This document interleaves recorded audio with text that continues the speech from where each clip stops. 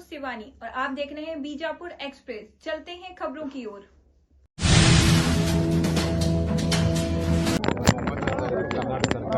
ಆಚರಣೆ ಮಾಡಿದ್ರು ಆ ಸಂದರ್ಭದಲ್ಲಿ ಸಮಾಜ ಬಾಂಧವರು ನಾವೆಲ್ಲರೂ ಕೂಡಿಕೊಂಡು ಸೋಮವಾರ ದಿವಸ ಸ್ವಾಮಿ ವಿವೇಕಾನಂದ ಜಯಂತಿ ದಿವಸ ಸಮಾಜದ ವತಿಯಿಂದ ನಾವೆಲ್ಲರೂ ಪುಷ್ಪಾರ್ಪಣೆ ಮಾಡಬೇಕು ಅಂತೇಳಿ ಎಲ್ಲರೂ ಸಹ ಅಂದ್ಕೊಂಡು ಇವತ್ತು ಇಡೀ ಸಮಾಜದ ವತಿಯಿಂದ ಮತ್ತು ನಮ್ಮೆಲ್ಲ ಸಹೋದರ ಸಮಾಜದವರು ಚೆನ್ನಮ್ಮನ ಅಭಿಮಾನಿಗಳು, ರಾಯಡಿನ ಅಭಿಮಾನಿಗಳು ಮತ್ತು ಒಟ್ಟಾರೆ ರಾಷ್ಟ್ರಭಕ್ತರು ಎಲ್ಲರೂ ಕೂಡಿಕೊಂಡು ಇವತ್ತು ಚೆನ್ನಮ್ಮನ ಪ್ರತಿಮೆಗೆ ಅದ್ಧೂರಿಯಾಗಿರ್ತಕ್ಕಂಥ ಪಂಚ ಪುಷ್ಪಾರ್ಪಣೆಯನ್ನು ಮತ್ತು ಪಂಚಮುಖ ರುದ್ರಾಕ್ಷಿಯನ್ನು ಮಾಡೋದ್ರ ಮೂಲಕವಾಗಿ ಸಮಾಜ ಬಾಂಧವರು ತಮ್ಮ ಗೌರವವನ್ನು ಸಲ್ಲಿಸುವಂಥ ಐತಿಹಾಸಿಕವಾದ ಕಾರ್ಯವನ್ನು ಇವತ್ತು ನಾವೆಲ್ಲರೂ ಮಾಡಿದ್ದೀವಿ.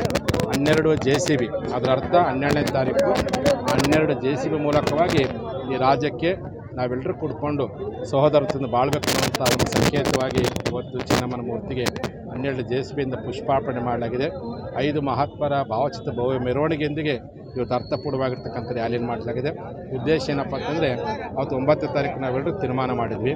ಹಿಂದೆ ಯಡಿಯೂರಪ್ಪನವರು ಮೀಸಲಾತಿ ವಿಚಾರಕ್ಕೆ ಸಂಬಂಧಪಟ್ಟಾಗ ನಮಗೆ ಸ್ಪಂದನೆ ಮಾಡದಿದ್ದಾಗ ಅವರು ಇರೋವರೆಗೂ ನಾವು ಯಾರು ಸಹ ಸಮಾಜದ ಮೀಸಲಾತಿ ಹೋರಾಟಗಾರರು ವೇದಿಕೆಯನ್ನು ಹಂಚಿಕೊಂಡಿರಲಿಲ್ಲ. ಅದೇ ಪ್ರಕಾರವಾಗಿ ಮಾನ್ಯ ಮುಖ್ಯಮಂತ್ರಿಗಳು ಮೀಸಲಾತಿ ಹೋರಾಟ ನಡೆಯುವ ಸಂದರ್ಭದಲ್ಲಿ ಸ್ವಲ್ಪ ಮಟ್ಟಿಗೆ ನಮ್ಮ ಸಮಾಜ ಬಂದರೆ ನೋವಾಗಿತ್ತು.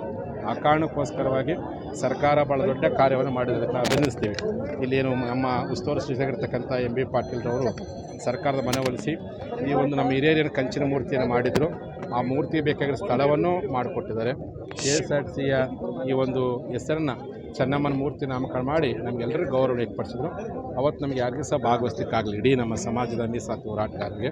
ಆಗ ಇವತ್ತು ಸ್ವಾಮಿ ವಿವೇಕಾನಂದ ಜಯಂತಿ ದಿವಸನೇ ನಾವೆಲ್ಲರೂ ಪುಷ್ಪಾರ್ಪಣೆ ಮಾಡಬೇಕು ಅಂತ ತಿಳ್ಕೊಂಡು ಇವತ್ತು ಅತ್ಯಂತ ಅದ್ಧೂರಿಯಾಗಿ ನಾವೆಲ್ಲರೂ ಚೆನ್ನಮ್ಮನಿಗೆ ಪುಷ್ಪ ನಮನ ಸಲ್ಲಿಸಿದ್ದೀವಿ.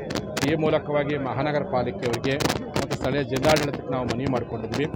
ಏನು ಮೀನಾಕ್ಷಿ ಸರ್ಕಲ್ ಅಂತೇನಿದೆ ಅದು ನಿವೃತ್ತ ಹುತಾತ್ಮ ಸರ್ಕಲ್, ಚೆನ್ನಮ್ಮನ ವಂಶಜರಾಗಿರ್ತಕ್ಕಂಥ ಜಂಗಿ ಮನೆತನದ ವೀರ ಧೀರ ಬಸಲಿಂಗಪ್ಪ ದೇಶಮುಖರ ಹೆಸರಿನ ಒಂದು ವೃತ್ತ ಅದೇನಾಗಿದೆ ಮೀನಾಕ್ಷಿ ಸರ್ಕಲ್ ಅಂತ ವಾಡಿಕೆ ಬಂದಿದೆ.